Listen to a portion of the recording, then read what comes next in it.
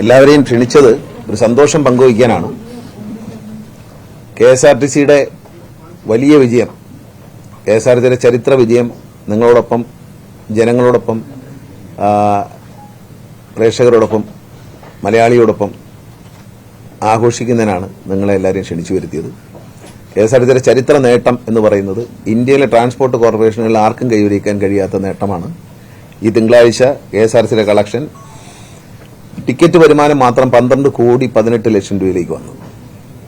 മറ്റ് വരുമാനങ്ങൾ, അങ്ങനെ കടയുടെ വാടക, മറ്റ് പെട്രോൾ പമ്പിന്റെ പൈസ എല്ലാം കൂടെ ചേർത്ത് കഴിഞ്ഞാൽ 13,02,00,000 രൂപ നമുക്ക് വരുമാനം വർദ്ധിച്ചിരിക്കുകയാണ്. KSRTC ജീവനക്കാരുടെയും അതുപോലെ തന്നെ നാട്ടുകാരുടെയും മാധ്യമപ്രവർത്തകരുടെയും സോഷ്യൽ മീഡിയ, ദൃശ്യമാധ്യമങ്ങൾ, ഇവരുടെ എല്ലാവരുടെയും കൂട്ടായ ഒരു സഹകരണമാണ് ഈ വിജയത്തിന്റെ രഹസ്യം എന്ന് ഞാൻ പറയും. സംസ്ഥാന സർക്കാരിന്റെ ഏറ്റവും മികച്ച നേട്ടമായി നിങ്ങളിതിനെ അംഗീകരിക്കണം. എന്നേക്കുമായി അടച്ചുപൂട്ടലിലേക്ക് പോയ KSRTCയെ ഇടതുമുന്നണി സർക്കാർ തിരിച്ചു കൊണ്ടുവരികയാണ്. ഇത്രയും വലിയൊരു നേട്ടം കൈവരിച്ചുകൊണ്ട് മുന്നോട്ട് കൊണ്ടുപോകാൻ നമുക്ക് കഴിഞ്ഞു. 2023 12-ാം മാസം ഞാൻ മന്ത്രിയായി വന്ന മാസം, അപ്പോഴാണ്, അതിനു മുമ്പ് ഞാൻ വരുന്നതിന് മുമ്പാണ് ഏറ്റവും വലിയ കളക്ഷൻ KSRTC ചരിത്രത്തിൽ നേടിയത് 9,06,00,000 രൂപയാണ്. പക്ഷെ അതിനുശേഷം 2024 കഠിനമായ പരിശ്രമത്തിന് ഫലമായി 2025 9-ാം മാസം 8/9/2025 10,19,00,000 രൂപ എന്ന ചരിത്ര നേട്ടം KSRTC കൈവരിക്കുകയാണ്. അതിനുശേഷം 15/12/2025 10,76,00,000 എന്ന ചരിത്ര നേട്ടം വീണ്ടും ആ റെക്കോർഡ് തിരുത്തിക്കൊണ്ട് വീണ്ടും KSRTC കളക്ഷൻ വർദ്ധിപ്പിക്കുകയാണ്. പുതിയ വാഹനങ്ങൾ കൊണ്ടുവന്ന് പുതിയ പരിഷ്കാരങ്ങൾ നടപ്പിലാക്കി. ഇതിന്റെ റിസൾട്ടായി 5/1/2026 KSRTCയുടെ ഏറ്റവും വലിയ ചരിത്രം 10ൽ നിന്ന് നേരെ 11ാം ക്ലാസ്സിലേക്ക് പോയില്ല, 12ാം ക്ലാസ്സിലേക്ക് പോവുകയാണ്. 12,18,00,000 രൂപ ടിക്കറ്റ് വരുമാനവും മറ്റു വരുമാനം ഏതാണ്ട് 84,00,000 രൂപയാണ്. അതുകൂടി ചേർത്താൽ 13,02,00,000 രൂപ. KSRTCയുടെ ഈ ചരിത്ര വിജയം KSRTCയുടെ ജീവനക്കാർക്കും മലയാളികൾക്കൊന്നടങ്കം സർക്കാർ സമർപ്പിക്കുകയാണ്. ഇടതുമുന്നണി സർക്കാരിന്റെ ഏറ്റവും വലിയ ചരിത്ര നേട്ടമാണ്. എന്നേക്കുമായി അടച്ചുപൂട്ടുമെന്ന് എല്ലാ പ്രമുഖ വ്യക്തികളും വിദഗ്ധരും അന്വേഷിക്കാൻ പരിഷ്കരണത്തിന് വേണ്ടി നിയോഗിച്ച കമ്മിറ്റികളും പറഞ്ഞ പരിഷ്കാരങ്ങളൊന്നും നടപ്പിലാക്കാതെ ചെറിയ ചെറിയ പരിഷ്കാരങ്ങളിലൂടെ ജീവനക്കാരെ സംതൃപ്തിയോടെ മുന്നോട്ട് കൊണ്ടുപോയി ജീവനക്കാരെ സഹകരണം ഏറ്റുവാങ്ങി കൃത്യമായി അവരുടെ പെരുമാറ്റം, അവരുടെ രീതികൾ എല്ലാ രംഗത്തും KSRTC കൈവരിച്ച പ്രവർത്തനങ്ങളുടെ ഫലമായി KSRTC നേട്ടം കൈവരിച്ചിരിക്കുകയാണ്. ജനസംഖ്യ നാട്ടിൽ വർദ്ധിച്ചില്ല, ജീവനക്കാരെ എണ്ണം വർദ്ധിച്ചില്ല, ഒന്നും വർദ്ധിച്ചില്ല. ബസ്സുകളിൽ തന്നെ 2020-2021 കാലഘട്ടത്തിൽ KSRTCക്ക് 6,202 ബസ് ഉണ്ടായിരുന്നു. ഇന്ന് KSRTC മൊത്തം കയ്യിലുള്ള വണ്ടികളുടെ എണ്ണം 5,502 വണ്ടികളാണ്. ഏതാണ്ട് 1000 വണ്ടി കുറഞ്ഞു, അതിലധികം വണ്ടികൾ കുറഞ്ഞു. എന്നിട്ടും ഇന്നലെ ഓടിയത് 4,852 ബസ്സുകളാണ് ഈ തിങ്കളാഴ്ച ഓടിയിരിക്കുന്നത്. ഈ 4,952 ബസ്സുകളിൽ നിന്നാണ് ഈ 12 കോടിയുടെ കളക്ഷൻ വന്നിരിക്കുന്നത്. ഏതാണ്ട് 1,400 വണ്ടിയാണ് 2 വർഷങ്ങൾക്ക് മുമ്പ് ഒരു ദിവസം ശരാശരി വർക്ക്ഷോപ്പിലും പോലീസ് സ്റ്റേഷനിലും കോടതിയിലായിട്ടുണ്ടായിരുന്നു. ഇന്ന് അത് വളരെ കുറഞ്ഞു വന്നു. ഇപ്പോൾ ഒരു പുതിയ വർഷത്തിലേക്ക് കടക്കുമ്പോൾ നമ്മൾ ഇതിന്റെ എല്ലാം ഒരുപാട് വണ്ടികളുടെ ഫിറ്റ്നസ് ചെയ്യേണ്ടതുണ്ട്. ആ ചെയ്യേണ്ട സമയമായിട്ട് പോലും 503 വണ്ടികൾ മാത്രമേ ഇന്നലെ KSRTCയുടെ വർക്ക്ഷോപ്പുകളിലുള്ളൂ. അത്രയ്ക്കധികം വണ്ടികൾ നമുക്ക് സ്പെയർ ആയിട്ടുണ്ട്. ഇത് ഒരു കാര്യം കൂടി പ്രത്യേകമായി എടുത്തു പറയാം. ഇത് ശബരിമല ഉള്ളതുകൊണ്ടാണോ ഈ കളക്ഷൻ വന്നു ചോദിച്ചാൽ അല്ല, അല്ലാതെ തന്നെ കളക്ഷൻ ഉണ്ട്. കാരണം ശബരിമല മണ്ഡലകാലത്ത് ഇപ്പോൾ അടച്ചിരുന്ന സമയത്ത് നമുക്ക് പല ദിവസങ്ങളിലും 9 കോടി രൂപ കളക്ഷൻ ഉണ്ടായിരുന്നു. മണ്ഡലകാലത്ത് അടച്ചത് ശബരിമലയുടെ കളക്ഷൻ കൊണ്ട് വരുന്നത്, ശബരിമലയ്ക്ക് കളക്ഷൻ വർധനവ് എന്ന് പറയുന്ന കഴിഞ്ഞ വർഷത്തേക്കാൾ പമ്പ നിലയ്ക്കൽ ഓപ്പറേഷനിലൂടെ നമുക്ക് അധികമായി വന്നിട്ടുള്ള കളക്ഷൻ 2,40,00,000 രൂപയാണ് നമുക്ക് അധികമായി. അത് ഈ സീസണിൽ മുഴുവൻ, ഇന്നലത്തെ കണക്കല്ല പറയുന്നത്, തിങ്കളാഴ്ചത്തെ കണക്കല്ല പറയുന്നത്, ഈ സീസണിൽ മുഴുവൻ എടുത്ത കണക്കനുസരിച്ച് 2,40,00,000 രൂപ ശബരിമലയിൽ അധിക വരുമാനം, കഴിഞ്ഞ വർഷത്തേക്കാൾ അധിക വരുമാനം കൈവരിക്കാൻ KSRTC ഉദ്യോഗസ്ഥർക്കും ജീവനക്കാർക്കും കഴിഞ്ഞിട്ടുണ്ട്. ഒരു മണിക്കൂറിൽ, അതായത് 60 മിനിറ്റിൽ 100 വണ്ടി വരെ ഓപ്പറേറ്റ് ചെയ്യാൻ KSRTC ശബരിമലയിൽ കഴിയുന്നുണ്ട്. അത് വളരെ വലിയ നേട്ടമാണ്. കാരണം ഗിന്നസ് ബുക്കിൽ പ്രവേശിക്കാൻ വേണമെങ്കിൽ, കാരണം ഒരു മണിക്കൂർ 60 മിനിറ്റിനുള്ളിൽ 96 മുതൽ 100 വണ്ടി ഇവർ ഓപ്പറേറ്റ് ചെയ്തുകൊണ്ടിരിക്കുകയാണ് ശബരിമലയിൽ. പമ്പയിലും നിലയ്ക്കലും ശബരിമലയിൽ നിന്ന് ദൂരപ്രദേശങ്ങളുമായി ഓടുന്ന വണ്ടികളുടെ എണ്ണം 96 മുതൽ 100 വണ്ടിയാണ് ഒരു മണിക്കൂറിൽ. അപ്പൊ അങ്ങനെ ചരിത്രപരമായ മറ്റുള്ളവർ ചിന്തിക്കാൻ കഴിയാത്ത നേട്ടമാണ് കൈവരിച്ചത്. ഇന്ത്യയിലെ ഏറ്റവും വലിയ നേട്ടമാണ് എന്ന് ഞാൻ പറയാൻ കാര്യം, നമ്മുടെ വണ്ടികളുടെ എണ്ണം 5,502. കർണാടക സർക്കാരിന്റെ വണ്ടികളുടെ എണ്ണം 50,000. വ്യത്യാസമാണ്, നമുക്ക് അത്രയും വണ്ടിയില്ല. അതായത് അവരുടെ നാട്ടിലെ റോഡിന്റെ മേജർ ഷെയർ ഏതാണ്ട് 85-90% ഗവൺമെന്റ് ബസ്സുകൾ തന്നെയാണ് ഓടുന്നത്. പ്രൈവറ്റ് ബസ്സുകൾ വളരെ കുറവാണ്. പക്ഷെ ഇവിടെ അങ്ങനെയല്ല. പ്രൈവറ്റ് ബസ്സിന് വലിയൊരു ഷെയറുണ്ട്. നമ്മുടെ ട്രാൻസ്പോർട്ട് സിസ്റ്റത്തിൽ കേരളത്തിൽ പ്രൈവറ്റ് ബസ്സുകൾ ധാരാളമുണ്ട്. എന്നാൽ കർണാടകത്തിൽ അത്രയും പ്രൈവറ്റ് ബസ് ഇല്ല. ഏതാണ്ട് 80-85% റൂട്ടുകളും ഗവൺമെന്റ് തന്നെ ഓടിക്കുകയാണ്. അതായത് പൊതുഗതാഗതം അവരെ കർണാടക ട്രാൻസ്പോർട്ട് കോർപ്പറേഷനാണ് ഓടിക്കുന്നത്. തമിഴ്നാട്ടിലും ഏതാണ്ട് അങ്ങനെ തന്നെയാണ്. പ്രൈവറ്റ് ബസ്സുകൾ വളരെ കുറവാണ്. പക്ഷെ നമ്മുടെ നാട്ടിൽ പ്രൈവറ്റ് ബസ്സുകളുണ്ട്. അവരുമായി മത്സരിച്ചുകൊണ്ടാണ്. അവരെ ആരെയും നശിപ്പിച്ചില്ല. പ്രൈവറ്റ് ബസ്സിന്റെ തലയ്ക്കലോടിയില്ല, ഒന്നും ചെയ്തില്ല. പല സ്ഥലത്തുനിന്നും ഞാൻ പ്രൈവറ്റ് ബസ് മാത്രമുള്ള മേഖലകളിൽ നിന്ന് വണ്ടി മാറിക്കൊടുത്തപ്പോൾ പലരും പറഞ്ഞു പ്രൈവറ്റ് ബസ്സുകാരെ സഹായിക്കാനാണെന്ന്. പക്ഷെ അതല്ല. ആളുകൾക്ക് വണ്ടി കോവിഡിന് ശേഷം വണ്ടി കിട്ടായിരുന്ന സർവ്വ വഴികളിലും ഇടവഴികളിലും നടവഴികളിലും വരെ ചെറിയ ബസ്സുകൾ വാങ്ങി ഓടിച്ചതിന്റെ റിസൾട്ടാണ് ഈ കാണുന്നത്. നമ്മൾ ഏതാണ്ട് 80,000 കഴിഞ്ഞ വർഷത്തേക്കാൾ കഴിഞ്ഞ വർഷം 2023 ഓടിയത് 13,87,000 കിലോമീറ്ററാണ് ഒരു ദിവസം ഓടിയിരുന്നത്. ഇപ്പോൾ ഓടുന്നത് 13,86,000. അതായത് 87 നിന്ന് 86 കുറഞ്ഞു. അത് ഓടുന്ന കിലോമീറ്ററിന്റെ അളവ് കുറഞ്ഞു. ഡെഡ് മൈലേജ് കട്ട് ചെയ്തിരിക്കുകയാണ് ഇത് മുഴുവൻ. ഏതാണ്ട് 80,000 കിലോമീറ്റർ ഞാൻ മന്ത്രിയായിട്ട് വന്നതിന് ശേഷം ഞങ്ങൾ പ്രമോദ് ശങ്കർ CMD ആയതിനു ശേഷം വെട്ടിക്കുറച്ചിട്ടുണ്ട്. ഡെഡ് മൈലേജ് അവർ കുറച്ചിട്ടുണ്ട്. ആ ഡെഡ് മൈലേജ് കുറച്ച സ്ഥലത്താണ് ഈ വണ്ടി ഓടുന്നത്. പുതിയ വണ്ടി ഓടുന്നത് അതിനകത്ത് തന്നെയാണ്. നമ്മളെ സൂപ്പർ ഡീലക്സ് വണ്ടികൾ ഓടുന്നതും അതിനകത്ത് തന്നെയാണ്. തമിഴ്നാട്ടിലേക്ക് നമ്മൾ ഏതാണ്ട് 82 വണ്ടികൾ അല്ലേ, തമിഴ്നാട് മന്ത്രിയായിട്ട് സംസാരിച്ചതിന്റെ പേരിൽ പുതിയതായി 82 വണ്ടികൾ തമിഴ്നാട്ടിലേക്ക് ഓടിക്കുന്നുണ്ട്. അതുകൂടി ചേർത്തിട്ടും നമ്മൾ ഏതാണ്ട് 10,000 കിലോമീറ്റർ കഴിഞ്ഞ വർഷങ്ങളെക്കാൾ കുറച്ചാണ് ഓടിയിരിക്കുന്നത്. ഈ കുറച്ച് കിലോമീറ്റർ ഓടുകയും കൂടുതൽ വരുമാനം വരുത്തുകയും ചെയ്യുമ്പോൾ അതിന്റെ അർത്ഥം എന്താണ്? ലാഭം വരുന്നു എന്നുള്ളതാണ്. ഇത് വേറെ പ്രശ്നം എന്ന് വെച്ചാൽ ഇത് ലാഭത്തിലായി എന്നും പറഞ്ഞ് ധനകാര്യ വകുപ്പും കാര്യങ്ങളും നമ്മളെ പിടിക്കും, ഒന്നും തരാതിരിക്കാനുള്ള പരിപാടി നോക്കും. പക്ഷേ ഗവൺമെന്റ് നൽകുന്ന സഹായം, ശമ്പളത്തിന്റെ കാര്യത്തിൽ, മറ്റു കാര്യങ്ങളിൽ ഗവൺമെന്റ് വണ്ടി വാങ്ങുന്ന കാര്യത്തിൽ നൽകുന്ന സഹായം, അതൊക്കെ ധനകാര്യ വകുപ്പും കേരള സംസ്ഥാന സർക്കാർ നൽകിയ ഒരു പിന്തുണയാണ് ഇതിനെ രക്ഷിക്കുന്നത്. ചുമ്മാ കാശ് കിട്ടിയിട്ട് കാര്യമില്ല, അതിനെ കൃത്യമായി അവർ മാനേജ് ചെയ്തു.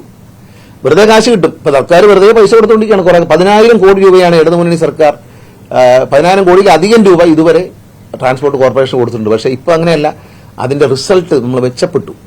അതാണ് അതിന്റെ എഫിഷ്യന്റ് മാനേജ്മെന്റ് ആണ്.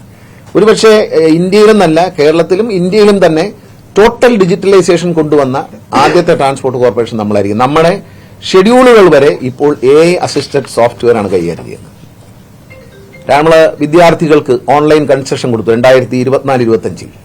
2025-26 ആയപ്പോൾ അവർക്ക് ഡിജിറ്റൽ കാർഡ് കൊടുത്തു. മറ്റേ പേപ്പർ കാർഡുമാക്കി ഡിജിറ്റൽ കാർഡാക്കി. അതുപോലെ നമ്മൾ പാസഞ്ചർ കാർഡ് ഇറക്കി. പാസഞ്ചർ കാർഡ് എന്ന് പറയുന്നത് ഏതാണ്ട് 4,80,000 കാർഡുകൾ ഓൾറെഡി വിറ്റ് കഴിഞ്ഞു. 5 ലക്ഷം കാർഡ് അടിച്ചതാണ്.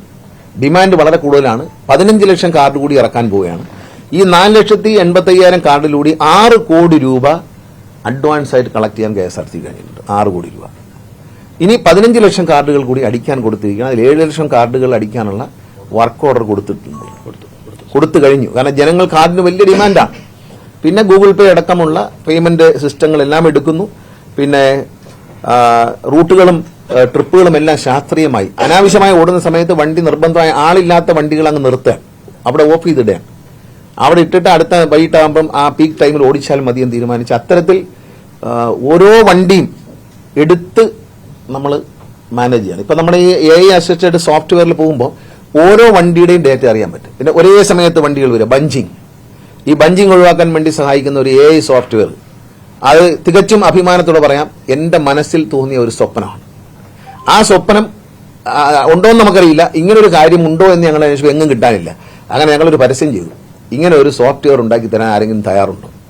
4-5 കമ്പനികൾ വന്നു. അവരെ സോഫ്റ്റ്വെയർ ഞങ്ങൾ തന്നെ കണ്ടു. അതിൽ നിന്ന് ഏറ്റവും മികച്ച സോഫ്റ്റ്വെയർ നമ്മൾ എടുക്കുകയായിരുന്നു.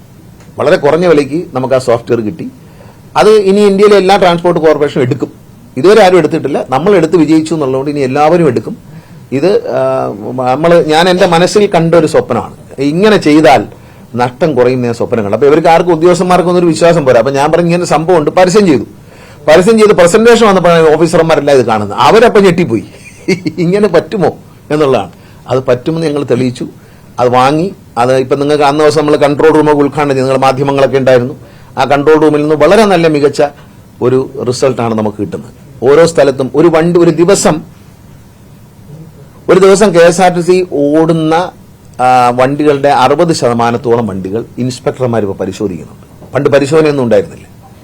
പണ്ട് ടിക്കറ്റിൽ എന്തെങ്കിലും ക്രമക്കേടുണ്ടെന്നാണ് പരിശോധിച്ചുകൊണ്ടിരുന്നത്. ഇപ്പം അങ്ങനെ മാത്രമല്ല, വണ്ടി ക്ലീൻ ആണോ ഇതെല്ലാം പരിശോധിക്കുന്നുണ്ട്. വണ്ടികൾ ക്ലീൻ ചെയ്യാൻ വേണ്ടി കുടുംബശ്രീയുമായി ഒരു സംസാരം നടത്തി. അവർ ഏതാണ്ട് വന്നെങ്കിലും അങ്ങോട്ട് പ്രായോഗിക തലത്തിൽ വരാത്തത് കൊണ്ട് വീണ്ടും ക്ലീനിങ് കോൺട്രാക്ട് കൊടുക്കാൻ വേണ്ടി ടെൻഡർ വിളിച്ചിരിക്കുകയാണ്. തമ്പാനൂർ ബസ് സ്റ്റേഷൻ ക്ലീൻ ചെയ്യാൻ കോൺട്രാക്ട് കൊടുത്തു. നിങ്ങൾക്ക് പോയി പരിശോധിക്കാം, വളരെ വൃത്തിയായിട്ട് കിടക്കുകയാണ്. ഓരോ ബസ് സ്റ്റേഷനായിട്ട് നമ്മൾ ക്ലീനിങ് കോൺട്രാക്ട് കൊടുക്കുകയാണ്. ബസ് കഴുകാനും ഒരു കേരളം മുഴുവൻ സ്റ്റേറ്റ് വൈഡ് ആയിട്ട് ഒരൊറ്റ കോൺട്രാക്റ്റായിട്ട് കൊടുക്കാൻ പോവുകയാണ്. നമ്മൾ ജനങ്ങൾക്ക് ആവശ്യമുള്ളതിൽ പൈസ എറിഞ്ഞ് തന്നെയാണ് പൈസ പിടിക്കുന്നത്. എല്ലാ വണ്ടികളിലും വെള്ളം കൊടുക്കാൻ പോകും. എല്ലാ വണ്ടികളും ഓൺലൈനിൽ ഓർഡർ ചെയ്തിട്ടുള്ള ഫുഡ് കിട്ടും. ഇനി വണ്ടി ദീർഘയാത്രയിലെല്ലാം എല്ലാ വണ്ടികളും നല്ല കൊള്ളാവുന്ന ഹോട്ടലുകളിൽ നിർത്താൻ തുടങ്ങിയപ്പോൾ കുടുംബസമേതം ആളുകൾ യാത്ര ചെയ്യാൻ തുടങ്ങി. ടോയ്ലറ്റ് ഫെസിലിറ്റീസ് ഉണ്ടായി. മിക്കവാറും എല്ലാ ബസ് സ്റ്റേഷനെയും ടോയ്ലറ്റ് നവീകരിച്ചു, സുലഭനെ ഏൽപ്പിച്ചു. ഇങ്ങനെ ജനങ്ങൾ ആഗ്രഹിച്ച കാര്യങ്ങൾ മുഴുവൻ ഇതിൽ നടപ്പിലാക്കി. മഹത്തായ കാര്യങ്ങളൊന്നും നടപ്പിലാക്കില്ല, ചെറിയ ചെറിയ കാര്യങ്ങളാണ്. ഏറ്റവും പ്രധാനം ജീവനക്കാരുടെ പെരുമാറ്റത്തിൽ, അവരുടെ ശരീരഭാഷയിൽ, അവരുടെ സമീപനത്തിൽ വന്നിട്ടുള്ള വലിയ മാറ്റം. ആ വലിയ മാറ്റം KSRTCക്ക് ചരിത്രപരമായ വിജയം നൽകിയെന്ന് ഞാൻ പറയും. കാരണം വളരെ സ്നേഹത്തോടെ കണ്ടക്ടർമാരും ഡ്രൈവർമാരുള്ള യാത്രക്കാരോട് വളരെ സ്നേഹത്തോടെയും ബഹുമാനത്തോടെയും. ഞാൻ പലപ്പോഴും പറയുമ്പോൾ ഇയാളെന്തോ പറയുന്നത്, ഇയാൾ ആരാ ഉപദേശിക്കാനെന്നൊക്കെ ചോദിക്കും. അച്ചടക്കത്തെക്കുറിച്ച് പറയുമ്പോൾ ചിലർ വിമർശിക്കാറുണ്ട്. പക്ഷേ എൻ്റെ KSRTC ജീവനക്കാർ ഞാൻ പറഞ്ഞ സന്ദേശം ഏറ്റെടുത്തു എന്നതിൽ എനിക്ക് സന്തോഷമുണ്ട്. അവരോട് ഞാൻ പറഞ്ഞത് അവർക്ക് വേണ്ടിയാണ് എന്ന് എൻ്റെ KSRTC ജീവനക്കാർ മനസ്സിലാക്കുകയും അവരത് ഏറ്റെടുത്ത് അവരെ സ്വന്തം കാര്യമായി കണ്ടപ്പോൾ ഈ റിസൾട്ടാണ്. ഈ റിസൾട്ടിന്റെ കാരണം അതാണ്. കാരണം ഷെഡ്യൂളിങ്ങും കാര്യങ്ങളൊക്കെ നന്നായി എന്നുള്ള ശരിയാണ്. സാമ്പത്തികമായ നഷ്ടങ്ങൾ കുറച്ചു, ചെലവുകൾ, അനാവശ്യ ചെലവുകളെല്ലാം വെട്ടിക്കുറച്ചു. ഡീസലിന്റെ കാര്യത്തിലെല്ലാം നമ്മൾ വലിയ കുറവ് വരുത്തി. ഇനി വലിയ കുറവ് വരും. ഡീസൽ കമ്പനികളുമായി ഒരു ചർച്ച വെച്ചിട്ടുണ്ട്. ആ ചർച്ച വിജയിക്കും. ആ ചർച്ച വിജയിച്ചാൽ KSRTCയിൽ ചരിത്രപരമായ മറ്റൊരു മാറ്റം കൂടി ഉണ്ടാവും. വലിയ, നിങ്ങൾ വിചാരിക്കുന്നതിനേക്കാളും വലിയ വളർച്ച KSRTC കൈവരിക്കും. ഒരു 2-3 മാസത്തിനുള്ളിൽ കൈവരിക്കും. ഈ സർക്കാർ ഇതിനെ രക്ഷപ്പെടുത്തിയിട്ടേ അടങ്ങൂ എന്ന് തീരുമാനിച്ചിട്ടുണ്ട്. ഈ സർക്കാർ ഇതിനെ രക്ഷപ്പെടുത്തി ഈ നിലയിൽ എത്തിച്ചു. അതിൽ ബഹുമാനപ്പെട്ട മുഖ്യമന്ത്രി പൂർണ്ണ സ്വാതന്ത്ര്യം, അദ്ദേഹത്തോട് എനിക്ക് നന്ദി പറയണ ഈ അവസരത്തിൽ. ഒരു മന്ത്രി എന്ന നിലയിൽ അദ്ദേഹത്തിന് ഇതുമായി ബന്ധപ്പെട്ട എന്ത് കാര്യത്തിന് ആര് സമീപിച്ചാലും നിങ്ങളെ മന്ത്രിയോട് ചോദിച്ചിട്ട് ചെയ്തോളൂ. ഞാൻ അദ്ദേഹത്തോട് പറയും, എല്ലാ കാര്യങ്ങളും ആലോചിക്കാറുണ്ട്. ആലോചിക്കുമ്പോൾ അദ്ദേഹം പറയുന്നത് നിങ്ങളുടെ ഇഷ്ടം പോലെ നിങ്ങൾ ചെയ്യൂ, നിങ്ങൾ നോക്കട്ടെ, നിങ്ങൾ ചെയ്യുന്ന എന്നോട് ഒരു ഫ്രീഡം എനിക്ക് ഒരു മന്ത്രി എന്ന നിലയിൽ അദ്ദേഹം തന്നിട്ടുള്ള സ്വാതന്ത്ര്യം. ആ സ്വാതന്ത്ര്യമാണ് ഇത്രയും ഒരു വ്യാപകമായ ഡിജിറ്റലൈസേഷനിലൊക്കെ അഭിമാനിക്കുക. കാരണം വേറെ ഒരു ഡിപ്പാർട്ട്മെന്റിലും ഒരു സംസ്ഥാനത്തും ഇത്രയും ക്ലിയർ ആയിട്ടുള്ള ഡിജിറ്റലൈസേഷൻ നടപ്പിലാക്കുക. എല്ലാം വാടക പിരിക്കുന്ന ഡിജിറ്റലാണ്, സോഫ്റ്റ്വെയർ വഴിയാണ് വാടക പിരിക്കുന്നത്. ഇനി BTC മാത്രമേ സോഫ്റ്റ്വെയറിലേക്ക് പോകാനുള്ളൂ. ബാക്കി അക്കൗണ്ട്സും വരാൻ പോവാണ്. ഒരു മാസം കഴിയുമ്പോൾ എല്ലാ ഓഫീസും ഈ ഓഫീസാവും. ഈ ഒരു മാസത്തിനുള്ളിൽ തന്നെ എല്ലാ ഓഫീസിലും അക്കൗണ്ടിങ് സോഫ്റ്റ്വെയർ വേണം. അപ്പം 100 രൂപ ഇവിടെ ചെലവഴിച്ചാൽ അത് അപ്പോൾ തന്നെ ഫൈനാൻസ് ഓഫീസറുടെയും CMDയുടെയും ടേബിളിൽ കാണാം കമ്പ്യൂട്ടറിൽ. 100 രൂപ ചെലവഴിച്ചു, പാപ്പരം കൂടെ 100 രൂപ ചെലവഴിച്ചു, 2000 രൂപ കളക്ഷൻ വന്നു. അപ്പൊ ഈ KSRTCയുടെ balance sheet every second update ആയിരിക്കും. ബാലൻസ് ഷീറ്റ്, ഈ സാമ്പത്തിക വർഷത്തെ ബാലൻസ് ഷീറ്റ് അപ്ഡേറ്റ്, അതിന്റെ പ്രിന്റ് ഔട്ട് മാത്രം എടുത്താൽ മതി. അങ്ങനെ വലിയ നേട്ടങ്ങൾ KSRTCയിൽ ഉണ്ടാകും. അതുപോലെ ഡ്രൈവിംഗ് സ്കൂൾ ഒരു വലിയ വിജയമായി മാറി. ഡ്രൈവിംഗ് സ്കൂളിന്റെ ഇതുവരെയുള്ള വരുമാനം 21 ഡ്രൈവിംഗ് സ്കൂളുകളാണ്. അത് പല ഘട്ടങ്ങളിലായിട്ടാണ് പൂർത്തിയായി വന്നത്. ഇപ്പോൾ 21 പൂർണ്ണമായി ഫംഗ്ഷൻ ചെയ്യുന്നുണ്ട്. 21 ഡ്രൈവിംഗ് സ്കൂളുകളിൽ 4,26,00,000 രൂപയാണ് ഇതുവരെയുള്ള വരുമാനം. ഡ്രൈവിംഗ് സ്കൂൾ വളരെ നഷ്ടമാണെന്നൊക്കെ ആൾക്ക് നാട്ടിൽ പറയുന്നത്. പക്ഷേ ലാഭം 2,18,00,000 രൂപ, ചിലവ് 2,08,00,000, അല്ല 2,08,00,000 അല്ലേ, 2.08 ആണ്. 2.07 അല്ലേ, അത് 8 ആണ്. 8 ആണ്. പിന്നെ അതിൽ വിജയ ശതമാനം തന്നെ ഞാൻ നിങ്ങൾക്ക് ഇതിന്റെ ഒരു നോട്ട് തരാം. എല്ലാവരും 10-30 കോപ്പി എടുക്കുന്നുണ്ട്. ഞങ്ങളൊരു നോട്ട് ഞാൻ തരാം. ഇതിനകത്ത് ഒരുവിധം കാര്യങ്ങൾ BTCയിൽ ബഡ്ജറ്റ് ടൂറിസത്തിൽ പിൽഗ്രിം ടൂറിസം ഒക്കെ തുടങ്ങി. ബഡ്ജറ്റ് ടൂറിസത്തിൽ വന്ന വ്യത്യാസം എന്ന് പറയുന്നത് നേരെ ഇരട്ടിയായിട്ടാണ്. ഇത് 2024 കണക്കാണ്. ഇത് 2025 കണക്കാണ്. 2025 ഡിസംബർ ആവുന്നേ ഉള്ളൂ. അപ്പോൾ കണക്കനുസരിച്ച് തന്നെ ഏതാണ്ട് ഇരട്ടിയായി മാറി. 42 കോടി. കഴിഞ്ഞ വർഷം 83% വർധനമാണ് വന്നിരിക്കുന്നത്. 17.14 കോടിയായിരുന്നു പ്രവർത്തന ലാഭം ഈ വർഷത്തെ. ബഡ്ജറ്റ് ടൂറിസത്തിന്റെ മാത്രം പ്രവർത്തന ലാഭം 17.14 കോടിയാണ്. ബഡ്ജറ്റ് ടൂറിസത്തിൽ വന്നിരിക്കുന്ന വർധനവ് 24 കോടിയിൽ നിന്നും 42 കോടിയായി. കഴിഞ്ഞ വർഷം 24 ചില്ലറയായിരുന്നു. അതിപ്പോൾ 42 കോടി. 62 ലക്ഷം രൂപയായിട്ട് വർദ്ധിച്ചു. എല്ലാ രംഗത്തും ബഡ്ജറ്റ് ടൂറിസം വർദ്ധിച്ചു. പിൽഗ്രിം ടൂറിസം വളരെ വിജയകരമായി ക്ഷേത്രങ്ങളെയും പള്ളികളെയും ഒക്കെ ബന്ധിപ്പിച്ചുകൊണ്ടുള്ള പിൽഗ്രിം ടൂറിസം നല്ല നിലയിൽ നടക്കുകയാണ്. അപ്പം അങ്ങനെ സമഗ്രമായ ഒരു പുരോഗതി ഉണ്ടായിട്ടുണ്ട്. സർക്കാർ 170 കോടി രൂപ സർക്കാർ തന്നിട്ടാണ് 370 ബസ്സുകൾ 360 ബസ്സുകൾ ഓർഡർ ചെയ്തിട്ടുണ്ട്. വന്നുകൊണ്ടിരിക്കുകയാണ്. ഇനി വരാനുണ്ട്. അടുത്ത മാസം ഫെബ്രുവരി മാസത്തോടെ ഞങ്ങൾക്ക് മുമ്പ് ഞാൻ പറഞ്ഞ ബിസിനസ് ക്ലാസ് ബസ്, അതായത് എല്ലാ സീറ്റിലും TV, എല്ലാ സീറ്റിലും വയർലെസ് ഹെഡ്ഫോൺ സൗണ്ട് കേൾക്കാനുള്ള, അത് നമ്മുടെ ഫോൺ അതിൽ മിറർ ചെയ്യാം. അപ്പം നമുക്ക് ഇഷ്ടമുള്ള പ്രോഗ്രാം നമുക്ക് കാണാം. പിന്നെ അതിനകത്ത് ഫുഡ് ഉണ്ടാവും, ചായയും കാപ്പിയും എല്ലാം കൊടുക്കും. ടോയ്ലറ്റ് ഉണ്ട്, ഹൈടെക് ടോയ്ലറ്റ് വെച്ചിട്ടുണ്ട്. അങ്ങനെ 2 ബസ്സുകളാണ് ആദ്യം വാങ്ങുന്നത്. ഒന്ന് തിരുവനന്തപുരത്ത് നിന്ന് എറണാകുളത്തേക്കാണ് ഓടിക്കാൻ ഉദ്ദേശിക്കുന്നത്. തൃശ്ശൂർ വരെയാണ് റോഡ് പണി നടക്കുന്നതുകൊണ്ട് എറണാകുളം എന്ന് പറയുന്നേ ഉള്ളൂ. അതിന് ഇലക്ഷൻ ഡിക്ലെയർ ചെയ്താലും ദൈപ്പടെ പറയുന്നു വണ്ടി ഉദ്ഘാടനം ചെയ്തിരിക്കും, വണ്ടി ഓടിക്കൊണ്ടിരിക്കും. വണ്ടി എന്ന് വരുന്നോ അതിന് അടുത്ത ദിവസം തൊട്ട് വണ്ടി ഓടും. കാരണം അത് സർക്കാർ പറഞ്ഞൊരു വാക്കാണ്. അത് എങ്ങും സ്റ്റോപ്പ് ചെയ്യില്ല. ഫുൾ റിസർവേഷൻ ആയാൽ 35 സീറ്റോളമുള്ള ബസ്സാണ് വരുന്നത്. ഓൾവോ ബസ്സാണ് വരുന്നത്. അവരുമായിട്ട് സംസാരിച്ചുകൊണ്ടിരിക്കുകയാണ്. ഏറ്റവും കംഫർട്ടബിൾ ആയിട്ടുള്ള ബസ്സായിരിക്കും. ഏറ്റവും വില കൂടിയ ബസ് വാങ്ങിക്കാം. അതിൽ ഏറ്റവും യാത്ര കൊല്ലത്ത് ബൈപ്പാസിൽ ആളുണ്ടെങ്കിൽ, ഇവിടെ സീറ്റ് ഒഴിവുണ്ടെങ്കിൽ ബൈപ്പാസിൽ ആലപ്പുഴ ബൈപ്പാസിനടുത്ത് ഈ 2 സ്ഥലങ്ങളിൽ ഒരു സ്പോട്ട് നിർത്തും. ബസ് സ്റ്റാൻഡുകളിൽ കയറില്ല. തിരുവനന്തപുരം വിട്ടാൽ നേരെ എറണാകുളമാണ്. ഒരു ജില്ലയിൽ ഒരു സ്ഥലത്ത് വണ്ടി നിർത്തത്തുള്ളൂ. ആലപ്പുഴ വഴിയാണ് പോകുന്നത്. അത് തൃശ്ശൂർ വരെ എക്സ്റ്റെൻഡ് ചെയ്യാൻ ഉദ്ദേശിക്കുന്നത്. രാവിലെ 6 മണിയോട് ഇവിടുന്ന് പുറപ്പെട്ടാൽ ഒരു 10:30 മണിയോട് 10:11 മണിക്കുമ്പോൾ തൃശ്ശൂരിലെത്തത്ത ഗതിയിലാണ് പ്ലാൻ ചെയ്തിരിക്കുന്നത്.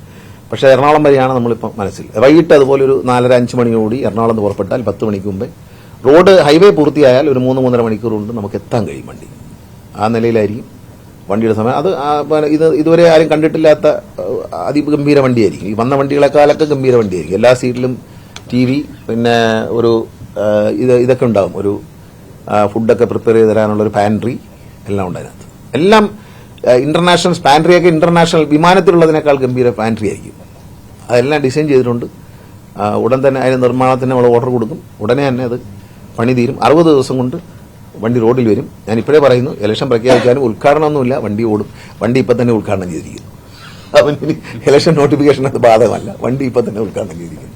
വണ്ടി വന്നാൽ അന്ന് തൊട്ട് ഓടും. 2 വണ്ടിയാണ് വരുന്നത്. ഒന്ന് എറണാകുളത്തേക്ക് തിരുവനന്തപുരത്തേക്ക് രാവിലെ വരും. അതോടൊപ്പം തിരുവനന്തപുരത്ത് നിന്ന് അങ്ങോട്ട് പോകും. അതുപോലെ എല്ലാ ബസ് സ്റ്റേഷൻ്റെയും നിർമ്മാണ പ്രവർത്തനങ്ങൾ ഉടനെ ആരംഭിക്കും. കായംകുളം, കൊട്ടാരക്കര, തൃശ്ശൂർ, കൊല്ലം, ചെങ്ങന്നൂർ, അതിൻ്റെ എല്ലാം നിർമ്മാണ ഉദ്ഘാടനം നടത്തും. ചങ്ങനാശ്ശേരിയുടെ ബസ് സ്റ്റേഷൻ തീരാൻ ഒരു 2 മാസം സമയമെടുക്കും.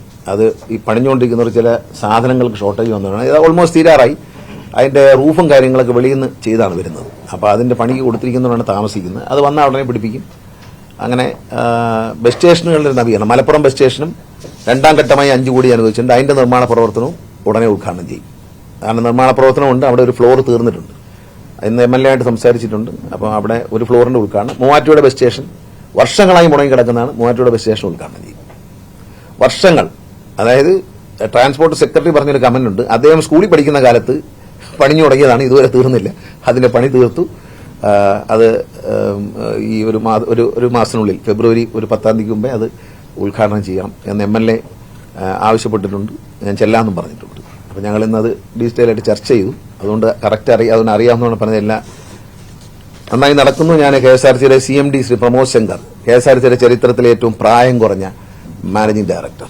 നമ്മൾ പല പ്രമുഖരെയും കണ്ടിട്ടുണ്ട്. അവരൊക്കെ മിടുക്കന്മാരായിരുന്നു. പക്ഷെ അവർക്കൊന്നും കഴിയാത്ത മികച്ച നേട്ടം കൈവരിക്കാൻ പ്രമോദിന് കഴിഞ്ഞു. അതുപോലെ ഫൈനാൻസ് ഓഫീസർ ഷാജി, ഓപ്പറേഷന്റെ മുഴുവൻ ചുമതല വഹിക്കുന്ന പ്രദീപ് എക്സിക്യൂട്ടീവ് ഡയറക്ടറാണ്. പിന്നെ ഷറഫ് അഡ്മിനിസ്ട്രേഷന്റെ ചുമതലയുള്ള ആളാണ്. ടെക്നിക്കൽ കാര്യങ്ങൾ നോക്കുന്ന ചന്ദ്രബാബു ഉണ്ട്, എക്സിക്യൂട്ടീവ് ഡയറക്ടർ. ഇവരെല്ലാവരും സ്വിഫ്റ്റിന്റെ ജനറൽ മാനേജറാണ്.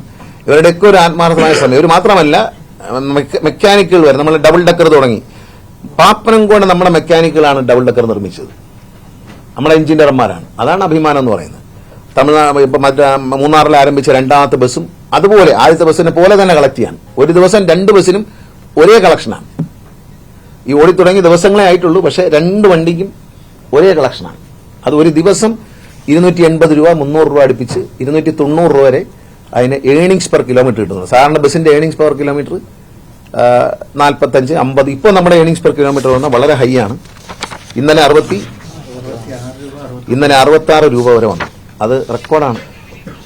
പിന്നെ തമിഴ്നാട്ടിലെയും കർണാടകത്തിന്റെയൊക്കെ ഡെയിലി ആവറേജിലെ ഏണിങ്സ് പെർ കിലോമീറ്റർ, ഒരു കിലോമീറ്റർ ഓടുമ്പോൾ കിട്ടുന്ന പണം എന്ന് പറയുന്നത് 48-47 രൂപയാണ്. നമ്മുടെ ഇപ്പോഴത്തെ ശരാശരി 50 രൂപയ്ക്ക് മേളിലാണ്. 50 രൂപ മുതൽ 56 രൂപ വരെ വരുന്നുണ്ട് പല വണ്ടിക്കും. പക്ഷേ ശരാശരി മൊത്തം എടുത്താൽ ഇന്ന് കളക്ഷൻ കിട്ടിയ ദിവസത്തെ കാര്യമല്ല പറഞ്ഞത്, ഇന്നലെ കളക്ഷൻ കിട്ടിയ ദിവസം 66 അല്ലേ, 66 രൂപ 69 പൈസ ഇന്നലെ തിങ്കളാഴ്ചയിൽ ഈ ഏണിങ്സ് പെർ കിലോമീറ്റർ ഉണ്ട് ഒരു ബസ്സിന്റെ, ഒരു കിലോമീറ്റർ ഓടുമ്പോൾ. പക്ഷേ നമുക്ക് അല്ലാത്ത ദിവസങ്ങളിലും 50 രൂപയ്ക്ക് മേളിൽ കിട്ടുന്നു എന്ന് പറയുന്നത് സംസ്ഥാന സർക്കാരിന്റെ നേതൃത്വത്തിൽ ട്രാൻസ്പോർട്ട് കോർപ്പറേഷൻ KSRTC പ്രവർത്തന ലാഭത്തിലാണ് എന്ന് തെളിയിക്കുക. ഒരു സൂപ്പർ ഫാസ്റ്റ് ബസ് 43 രൂപ ഏണിങ്സ് പെർ കിലോമീറ്റർ നേടിയാൽ നഷ്ടവുമില്ല ലാഭവുമില്ല എന്നാണ്. ഓർഡിനറി ബസ്സുകൾ 53 രൂപ അല്ലെ, 53 രൂപ നേടിയാൽ നഷ്ടവുമില്ല ലാഭവുമില്ല എന്നാണ്. ഇപ്പം നമ്മുടെ ശരാശരി മൊത്തം എടുത്താൽ 50-ന് മുകളിലാണ്. 50-ന് താഴേക്ക് പോകുന്നില്ല, കഴിഞ്ഞ ദിവസങ്ങളൊന്നും പോയിട്ടില്ല എന്നുള്ളത് മികച്ച നേട്ടമാണ്. അതുപോലെ യാത്രക്കാരുടെ എണ്ണത്തിൽ വന്ന വർധനവ്, ഇന്നലെ യാത്രക്കാരുടെ എണ്ണം റെക്കോർഡാണ്, ഭയങ്കര റെക്കോർഡാണ്. 2023 യാത്രക്കാരുടെ എണ്ണം 19.35 ലക്ഷമായിരുന്നു ശരാശരി. 2025 അത് 20.27 ലക്ഷമായിരുന്നു. ഇന്ന് ഒരു ദിവസത്തെയാണ്, ഒരു ദിവസത്തെ യാത്രക്കാരുടെ എണ്ണമാണ് പറയുന്നത്. അത് ശരാശരിയിൽ അത്രയും വർധന വന്നു. അതുകൂടാതെ ഇന്നലെ വന്നിരിക്കുന്നത് 27.39 ലക്ഷമാണ്. ഇന്നലെ ഒരു ദിവസം യാത്രക്കാരുടെ എണ്ണം വർദ്ധിച്ചിരിക്കുന്നു. വളരെ നല്ല നേട്ടമാണ് ജീവനക്കാരുടെ ഭാഗത്തു നിന്ന് എല്ലാ രംഗത്തും. പ്രൈമറി സ്കൂളാണെങ്കിലും പ്രൈമറി സ്കൂളിലെ വിജയശതമാനം തന്നെ വളരെ അത്ഭുതകരമായ വിജയശതമാനമാണ്. കാരണം നമ്മൾ വനിതകൾക്ക് പിന്നെ ഇതിനകത്ത് SC/ST വിഭാഗത്തിൽപ്പെട്ടവർ കൺസെഷൻ ഉണ്ട് നമ്മുടെ പ്രൈമറി സ്കൂളിൽ. ട്രാൻസ്ജെൻഡേഴ്സിനും KSRTC ജീവനക്കാർക്കും പ്രൈമറി സ്കൂളിൽ 10 അല്ലേ എത്ര ശതമാനം, 5% കൺസെഷൻ ഉണ്ട് അവരെ ഫീസിൽ. പിന്നെ വളരെ പ്രധാനപ്പെട്ട കാര്യം എന്ന് പറയുന്നത് ശബരിമലയ്ക്ക് വേണ്ടി 1000 ബസ്സുകളാണ് തയ്യാറാക്കിയിരിക്കുന്നത്. ശബരിമല മകരവിളക്കിന് ഓടാൻ വേണ്ടി 800 ബസ്സെങ്കിലും വേണമെന്നാണ് ദേവസ്വം ബോർഡും ഒക്കെ ആവശ്യപ്പെട്ടത്. പക്ഷേ നമ്മൾ 1000 ബസ്സാണ് റെഡിയാക്കി നിർത്തിയിരിക്കുന്നത്. 1000 ബസ് അന്നത്തെ ദിവസത്തേക്ക് ഓടാനുണ്ടാവും. പിന്നെ പ്രൈവറ്റ് സ്കൂളിൽ സ്മാർട്ട് ബസ് സ്റ്റോപ്പ് വന്നു. പിന്നെ AI ഓപ്പറേറ്റഡ് ഷെഡ്യൂളുകൾ വന്നു. പിന്നെ പ്രൈമറി സ്കൂളുകളിലെ വിജയശതമാനം 86% കേട്ടോ. ഇതുവരെ പ്രൈമറി സ്കൂളിൽ പഠിച്ച കുട്ടികളുടെ എണ്ണം 6279 പേരാണ് പഠിച്ചത്. അതിൽ 83% ആൾക്കാർക്കും വിജയശതമാനം ലൈസൻസ് കിട്ടിയിട്ടുണ്ട്. 86% അല്ലേ, 86%മാണ് പ്രൈമറി സ്കൂളിലെ വിജയശതമാനം. ഡിസംബർ വരെ 2,19,00,000 രൂപ പ്രവർത്തന ലാഭം നേടിയിട്ടുണ്ട്.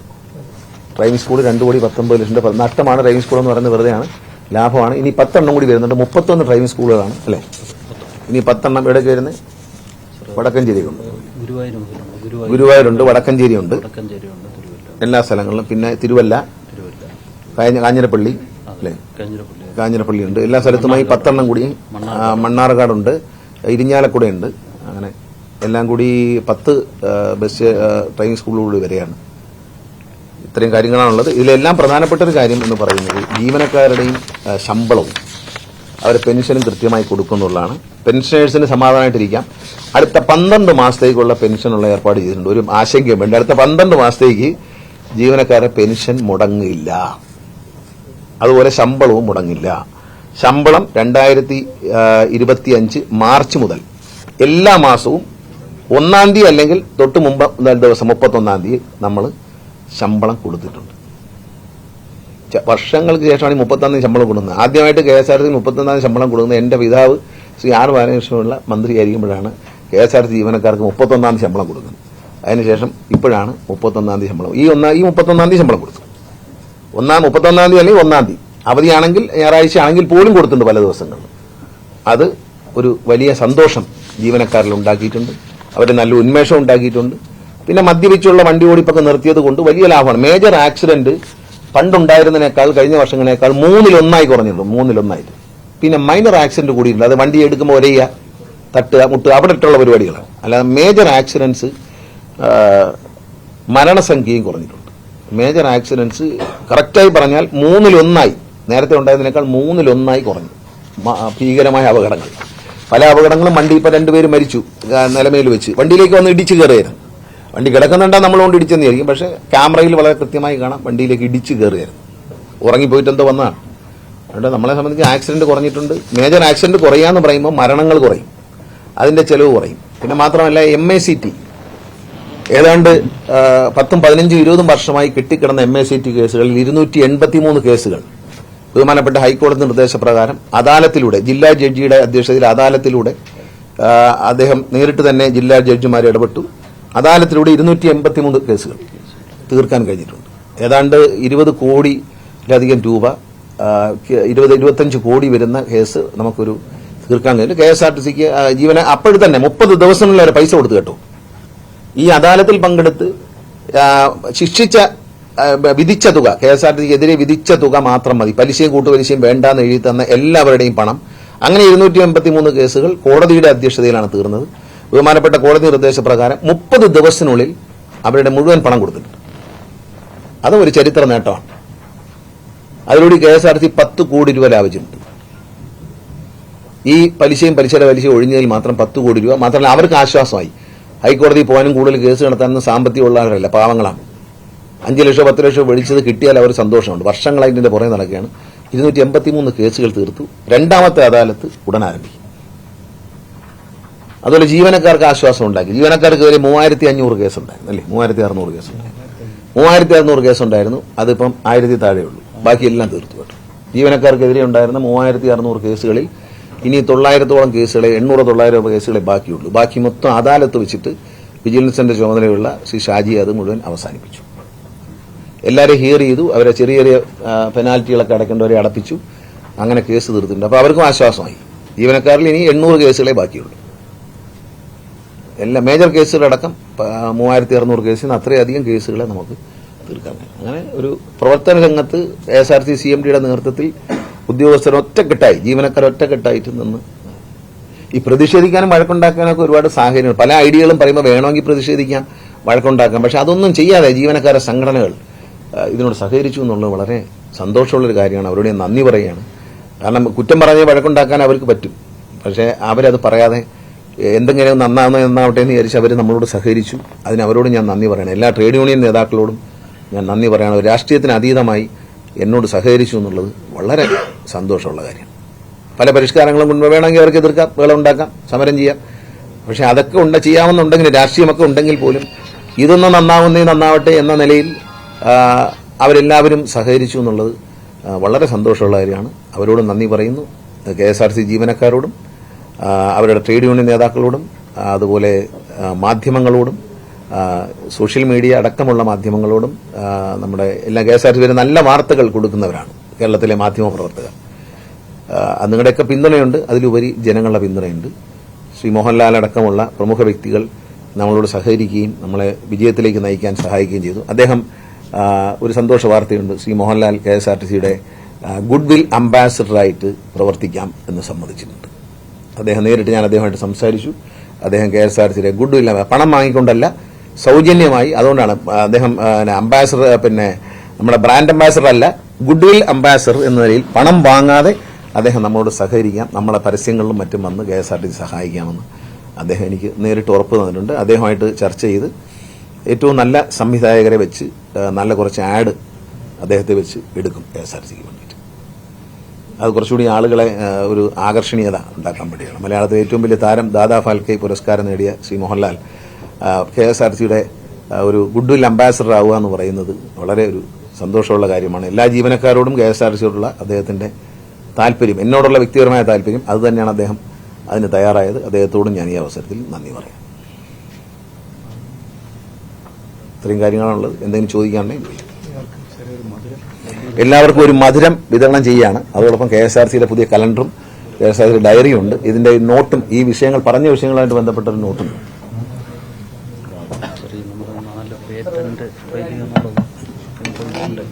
പറയാം. ഓ,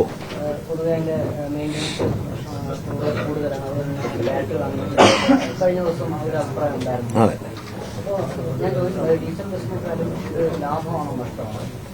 ഇത് കറണ്ട് ചാർജ് ചെയ്യുമ്പോൾ ലാഭമാണ്, പിന്നെ തുടർന്ന് അങ്ങോട്ട് പോകുമ്പോൾ നഷ്ടമാണ്.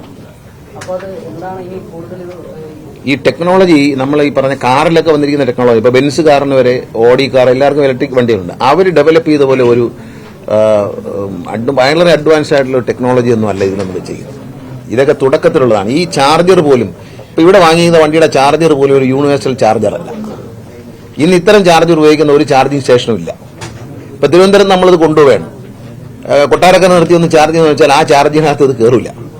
പക്ഷെ ഇന്ന് ഇന്ത്യയിൽ ഇറങ്ങുന്ന ബസ്സുകളിലെല്ലാം ഒരു കാറിലും തന്നെ ഒരു യൂണിവേഴ്സൽ ചാർജറാണ്, ഒരേ ചാർജർ. നമ്മൾ ഈ മൊബൈലിൽ ഉപയോഗിക്കുന്ന പോലെ എല്ലാം പിന്നെ ഇതായില്ലേ, USB-C ആയാലും പോർട്ടായാലും എന്ന് പറഞ്ഞതുപോലെ ഇത് ഡിഫറൻ്റ് ആയിട്ടുള്ള ഓൾഡ് മോഡലാണ്. അങ്ങനെയൊക്കെയുള്ള പ്രശ്നങ്ങളുണ്ട്. അത് പെട്ടെന്ന് മാറ്റാനൊക്കത്തില്ല. ഇതിങ്ങനെ അങ്ങ് പോകാനേ പറ്റൂ. അപ്പോൾ ഈ അത്തരത്തിലുള്ള ഒരുപാട് ഡ്രോബാക്കുകളുണ്ട്. അതൊക്കെ ഒരു ആരംഭത്തിലുള്ള ഇതിന്റെ ഒരു ശൈശവ ദിശയിലുള്ള വണ്ടികളാണ്. കുറച്ച് കഴിയുമ്പോൾ ടെക്നോളജിയൊക്കെ മാറും. ബാറ്ററി ബസ്സുകളൊക്കെ മാറി വരുന്നുണ്ട്. പിന്നെ ബാറ്ററി പറഞ്ഞ കറക്റ്റാണ്. അതിന്റെ ക്ലസ്റ്ററൊക്കെ ഉണ്ട്. ക്ലസ്റ്ററൊക്കെ കറക്റ്റ് അല്ലെന്നുണ്ടെങ്കിൽ ചാർജ് നേരെ കയറില്ല, ഡിസ്ചാർജും പെട്ടെന്ന് സംഭവിക്കും. അപ്പോൾ അങ്ങനെയൊക്കെയുള്ള പ്രശ്നങ്ങളുണ്ട്. പിന്നെ ഇത് നമ്മൾ രാത്രി 8 മണിക്ക് ചാർജിലിടണം. അപ്പോൾ ഓട്ട് കഴിഞ്ഞു. പക്ഷെ ആ സമയം എന്ന് പറയുന്നത് KSEBയുടെ പീക്ക് അവേഴ്സാണ്. 8 മണി മുതൽ 10 മണി വരെ മുടിഞ്ഞ ചാർജാണ്. അതുകൊണ്ട് നമുക്ക് ഇടാതിരിക്കാനും പറ്റത്തില്ല. അതിനകത്ത് ഒരുപാട് പ്രശ്നമുണ്ട്. ഇടയ്ക്ക് എറർ കാണിക്കും, അങ്ങനെയൊക്കെ വരും. പക്ഷെ നമ്മൾ KSRTC മെക്കാനിക്കുകൾ അതെല്ലാം പഠിച്ചിട്ടുണ്ട്, അതെല്ലാം റെഡിയായി വരുന്നുണ്ട്. പിന്നെ ഇത് എക്സ്പെൻസീവ് ആണ്, കാരണം ഇതിന്റെ ടയർ വല്ലാതെ തേയും. അതിന്റെ കാരണം എന്ന് പറയുന്നത് ബാറ്ററി വണ്ടിക്ക് എപ്പോഴും ഇനർഷ്യ കൂടുതലായി, പെട്ടെന്ന് എടുക്കും വണ്ടി. അപ്പൊ അതിങ്ങനെ വീലിനെ പിടിച്ചാണ് എടുക്കുന്നത്. ഈ ലോഡോട് കൂടി പെട്ടെന്ന് എടുക്കും വണ്ടി. മറ്റ് വണ്ടികളിൽ ഇവിടെ ഗ്രാജുവലി അല്ല കയറുന്നത്. ബാറ്ററി വണ്ടി പെട്ടെന്ന് പിക്കപ്പ് ആവും. ഇലക്ട്രിക് ട്രെയിൻ പോലെയാണ്, പെട്ടെന്ന് പിക്കപ്പ് ആവും. പെട്ടെന്ന് പിക്കപ്പ് ആകുമ്പോൾ ടയർ ഇങ്ങനെ ഉരഞ്ഞു പിടിക്കും. മാത്രമല്ല ഈ വണ്ടിയിൽ ആളുണ്ടെങ്കിലും ഇല്ലെങ്കിലും ഫുൾ ബാറ്ററിയുടെ ലോഡ് ഇതിനകത്ത് നിൽക്കുകയാണ്. ഐഷറിന്റെ വണ്ടിയാണെങ്കിൽ ടോപ്പിൽ മുഴുവൻ ബാറ്ററിയാണ്. അപ്പൊ ഈ ബാറ്ററിയുടെ ഫുൾ ലോഡ് 6 വീലിലും പതിയും. ആളുകൾ കയറുമ്പോൾ പിന്നെയും പതിയും. അതുകൊണ്ടാണിത് പെട്ടെന്ന് വലിക്കുന്നത്. അപ്പൊ പിന്നെയും തെയ്യും. അതാണ് ബ്രേക്ക് ചെയ്യുമ്പോഴും പെട്ടെന്ന് നിൽക്കും. ബാക്കിൽ മറ്റേ വണ്ടി വരുമ്പോഴത്തേക്ക് അതിന്റെ ബാക്കിലാണ് എല്ലാം കൂടി. അപ്പൊ ഈ ബാക്കിലത്തെ 4 ടയർ വളരെ പെട്ടെന്ന് തെയ്യും. ആളില്ലെങ്കിലും ലോഡ് അവിടെ കിടക്കില്ലേ. ഒരു എഞ്ചിൻ ആകുമ്പോഴേക്കും അത് സെൻട്രലൈസ് ചെയ്താണ് വയ്ക്കുന്ന വണ്ടിയുടെ. അപ്പൊ അതിന്റെ ലോഡ് അങ്ങനെ ഡിവൈഡ് ചെയ്ത് പോകും. ഇതും അവർ പഠിക്കേണ്ടിയിരിക്കുന്നു, എങ്ങനെയാണ് ആ ലോഡ് എങ്ങനെ ഡിവൈഡ് ചെയ്ത് പോകാന്നുള്ള കാര്യം. ഒന്നും ഇതിനകത്തൊരു സ്റ്റഡീഡായിട്ടുള്ളതല്ല. ഇപ്പം ടാറ്റയുടെ കാർ വരുമ്പോൾ ഇലക്ട്രിക് കാറിനെ എല്ലാം അടിയിലാണ് വരുന്നത്, കാറിന്റെ അടിയിലാണ് ബാറ്ററി വരുന്നത്. അത് ഡിഫറൻ്റ് ആയിട്ടുള്ള ചില കാര്യങ്ങളാണ്. അപ്പം അങ്ങനെയുള്ള ചില പ്രശ്നങ്ങളുണ്ട്. അതൊക്കെ മാറും, കുറച്ച് കഴിയുമ്പോൾ മാറും. ഇപ്പോൾ ബാറ്ററി വണ്ടി ലോകത്ത് പരാജയം എന്നൊന്നും ഞാൻ പറയുന്നില്ല, അങ്ങനെയൊന്നും പറഞ്ഞില്ല. ഇവിടെ നമുക്ക് മെയിൻ്റനൻസ് കൂടുതലാണ്. കണക്കെടുക്കുമ്പോൾ നിങ്ങൾ മനസ്സിലാക്കേണ്ട ഒരു കാര്യമുണ്ട്. ഇത് ചില ആളുകൾ അബദ്ധം ചോദിക്കുന്നുണ്ട്. അതായത് മന്ത്രി പറഞ്ഞു 1134 കോടി രൂപ. 1134 കോടി രൂപ തിരുവനന്തപുരം നഗരത്തിന്റെ സമഗ്ര വികസനത്തിന് വേണ്ടിയുള്ള പദ്ധതിയാണ്. വണ്ടിക്ക് മാത്രമുള്ള പൈസ അല്ല. അതിൽ 113 വണ്ടി 1 കോടി രൂപയ്ക്ക് 113 കോടി രൂപയ്ക്ക് വണ്ടി വാങ്ങിച്ചു. പിന്നെ ഇതിന്റെ കണക്ക് എഴുതുമ്പോൾ ലാഭം അങ്ങനെ എഴുതുന്നത്. ഈ വണ്ടിയുടെ വില കൂട്ടണ്ടേ? ഈ വണ്ടിയുടെ വില എങ്ങനെ, ഇതെങ്ങനെയാണ് ഫ്രീ ആവുന്ന ഈ വണ്ടി? കേന്ദ്ര ഗവൺമെന്റ് 500 കോടി നഗരവികസനത്തിന്, സംസ്ഥാന ഗവൺമെന്റ് 500 കോടി നഗരവികസനത്തിന്, 133 കോടി രൂപ കോർപ്പറേഷന്റെ വക, 134 കോടി രൂപ കോർപ്പറേഷന്റെ വക. ഇത് വയ്ക്കുമ്പോഴാണ് 1134 കോടി രൂപയാവുന്നത്. അതിന്റെ ഒരു കമ്പോണന്റ് മാത്രമാണ് ബസ്. അത് 113 ബസ്സുകൾക്ക് 113 കോടി രൂപ. ഇതിൽ അതേപോലെ ഷെയർ 50 അങ്ങനെ വരും ഷെയർ വരുമ്പോൾ. അപ്പോൾ ഈ സംസ്ഥാന സർക്കാരിന്റെ ഷെയറാണ് കൂടുതൽ. ഞാൻ പറഞ്ഞ കറക്റ്റാണ്. പിന്നെ ഇത് അബദ്ധം ചോദിച്ചങ്ങനെ 1200 കോടി രൂപയ്ക്ക് 1100 കോടിക്ക് 12 വണ്ടി 113 വണ്ടിക്ക് അപ്പോൾ 1 കോടിക്ക് എത്ര എന്ന് മണ്ടന്മാരെല്ലാവരും ചോദിക്കും. ഇത് നഗരത്തിലെ ഡ്രെയിനേജ്, വാട്ടർ സപ്ലൈ, മറ്റ് സൗകര്യങ്ങൾ, റോഡുകൾ, കവടിയാർ മുതൽ പേരൂക്കട മുതൽ തൈക്കാട് വരെ പോകുന്ന റോഡ്, സ്മാർട്ട് റോഡ്, ഇതിനെല്ലാം ചെലവഴിച്ചത് ഈ പൈസയാണ്. അതിന്റെ ഒരു പാർട്ട് മാത്രമാണിത്. അപ്പൊ 113 കോടി രൂപയ്ക്ക് വാങ്ങിച്ച വണ്ടിക്ക് കോസ്റ്റ് എന്ന് പറയുമ്പോൾ എന്താണ്? നമ്മൾ എല്ലാവരും കൊമേഴ്സ് പഠിച്ചവരൊക്കെ ഉണ്ട്. എന്താണ് പിന്നെ കോസ്റ്റ് അക്കൗണ്ടിങ് എന്ന് പറഞ്ഞത്? ഈ വണ്ടിയുടെ വില, അതൊരു കിലോമീറ്റർ ഓടുമ്പോൾ എത്ര കിലോമീറ്റർ ഓടി, അതിന് എത്ര രൂപ ചിലവാണ്, ഡ്രൈവറെ ശമ്പളം, കണ്ടക്ടറുടെ ശമ്പളം, കറണ്ട് ചാർജ്, തേയ്മാനം, ടയർ, മറ്റ് പാർട്സ്. 1 കിലോമീറ്റർ ഓടുമ്പോൾ മെയിൻ്റനൻസ് ചാർജ് 4 രൂപയാണ് അല്ലേ? 4 രൂപ. AMC, അതായത് ഇതിനെ മെയിൻ്റനൻസ് ചെയ്ത് തരാൻ വേണ്ടി ആ കമ്പനിക്ക് നമ്മൾ AMC ആയിട്ട് കൊടുക്കുന്ന 4 രൂപയാണ്. 4 രൂപ 61 പൈസയാണ് ഈ കമ്പനിക്ക് നമ്മൾ കൊടുക്കേണ്ടത്. അത് ഇല്ലേ? അത് കോസ്റ്റ് അല്ലേ? ഫ്രീ ആണോ? അതാരാ കൊടുക്കുന്നേ? KSRTC കൊടുക്കുന്നത്. ഞാൻ വന്ന് 2 കൊല്ലം മുമ്പ് CMD ആയിട്ട് പ്രമോദ് ശങ്കർ വരുമ്പം ഇവർ കണക്ക് കാണിക്കും. നമ്മുടെ കണക്കുണ്ട്. ശരാശരി മുമ്പേ പറഞ്ഞ kilometre per rate, earnings per kilometre, EPKM 27 രൂപ 24 രൂപയായിരുന്നു വയ്ക്കുന്നത്. അതായത് ഒരു വണ്ടിക്ക് ശരാശരി 2500 രൂപ ഒരു ദിവസം വരുമായിരുന്നു. ഇത് കണ്ട് ഞെട്ടിയിട്ടാണ് ഞാൻ അന്ന് ഇത് നഷ്ടമെന്ന് പറഞ്ഞത്. അപ്പോൾ എനിക്ക് എന്റെ നേരെ എല്ലാവരുടെ കുതിച്ചുചാടി. ഇപ്പൊ സ്ഥിതി അതല്ല. ഇപ്പൊ സ്ഥിതി 8500 മുതൽ 9000 രൂപ വരെ ഒരു വണ്ടി ഏൺ ചെയ്യുന്നുണ്ട്. ചില വണ്ടികൾ 16,000 രൂപ ഒരു ദിവസം ഏൺ ചെയ്യുന്ന വണ്ടിയുണ്ട്.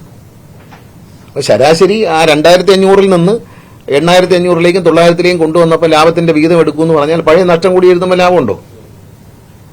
പണ്ട് ഭയങ്കര നഷ്ടമല്ലായിരുന്നില്ലേ? ഈ നഷ്ടം നിങ്ങൾ മനസ്സിലാക്കണം. ഇതൊക്കെ കണക്കാണ്, അല്ലാതെ കള്ളം പറയുന്നതല്ല. ഏത് കണക്കും നമ്മൾ പ്രസിദ്ധീകരിക്കാൻ തയ്യാറാണ്. ഇത് കള്ളം പറയേണ്ട കാര്യമൊന്നുമില്ല. എഴുതി വെച്ചിട്ടുണ്ട്, നമ്മളെ ഇരിപ്പുണ്ട്, ചാർട്ടുണ്ട്, വേണേൽ വായിച്ച് കേൾപ്പിച്ചാൽ. അതൊന്നും എനിക്കങ്ങനെ ആരും കള്ളം പറയേണ്ട കാര്യമില്ല, ആരെയും കൊച്ചാക്കേണ്ട കാര്യമില്ല. ഞാൻ അങ്ങനെ ചെയ്യുന്ന ഒരാളല്ല. ഇത്രയും കാര്യങ്ങളുള്ളത്.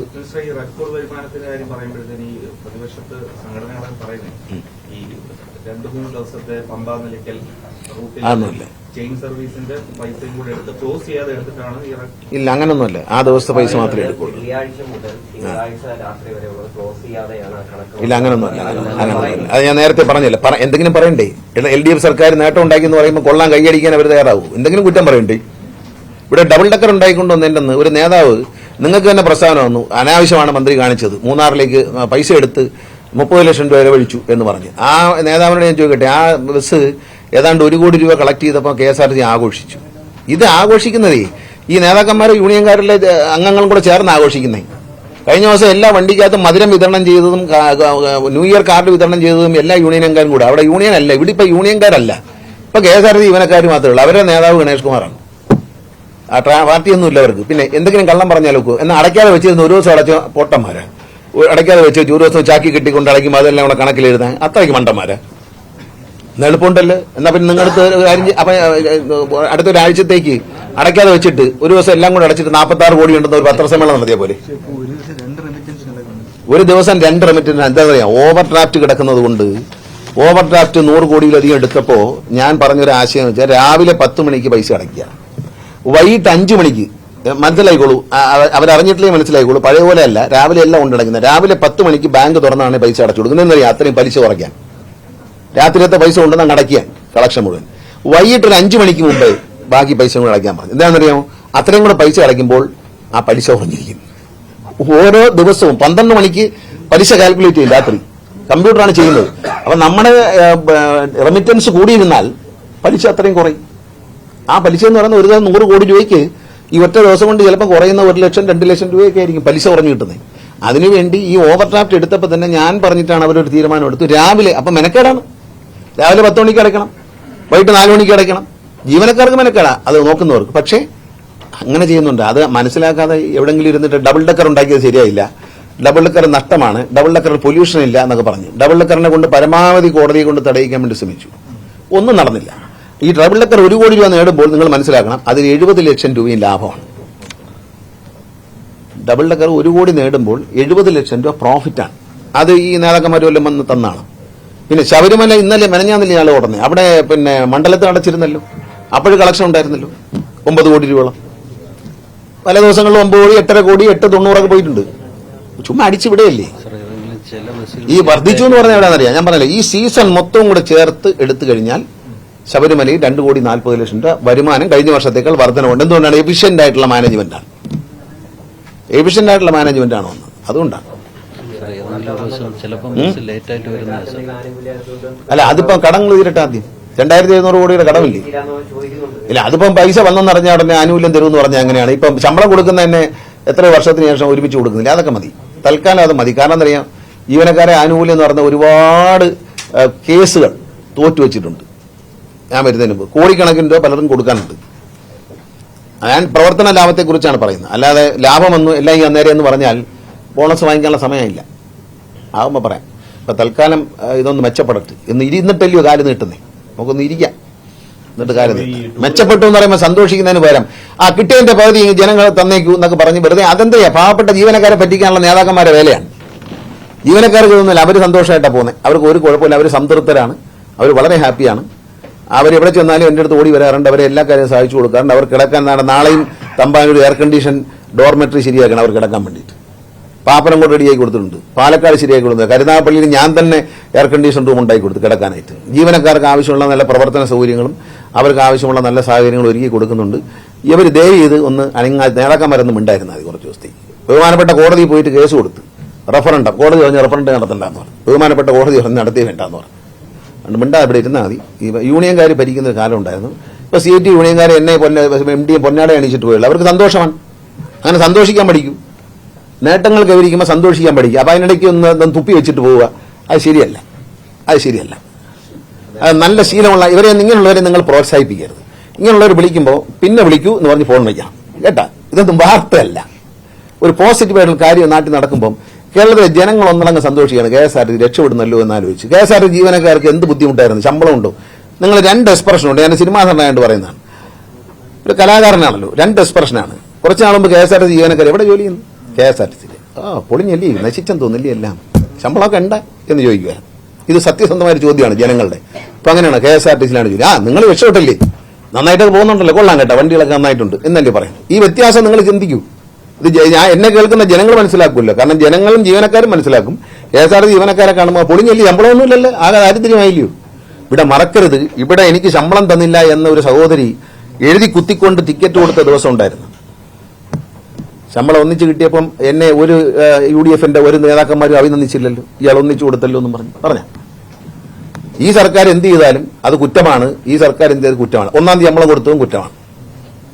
കളക്ഷൻ കൂടുതൽ വാങ്ങിച്ച പറഞ്ഞാൽ അത് ശബരിമലയെന്ന് ഏതായാലും കാണിക്കുകയെന്ന് എടുത്തുകൊണ്ട് വന്നെന്ന് പറഞ്ഞില്ല, ഭാഗ്യമായി പോയി. ഇലക്ഷനൊക്കെ വരുന്ന സമയം ഇപ്പൊ അത് പറഞ്ഞില്ലേ, കട്ടള ഇവിടെ KSRTC വിറ്റെന്ന് വല്ലതും പറയുമെന്ന് ഭാഗ്യം കൊണ്ട് രക്ഷപ്പെട്ടു. അത് മണി പറയും, ഒരു നാണമില്ല.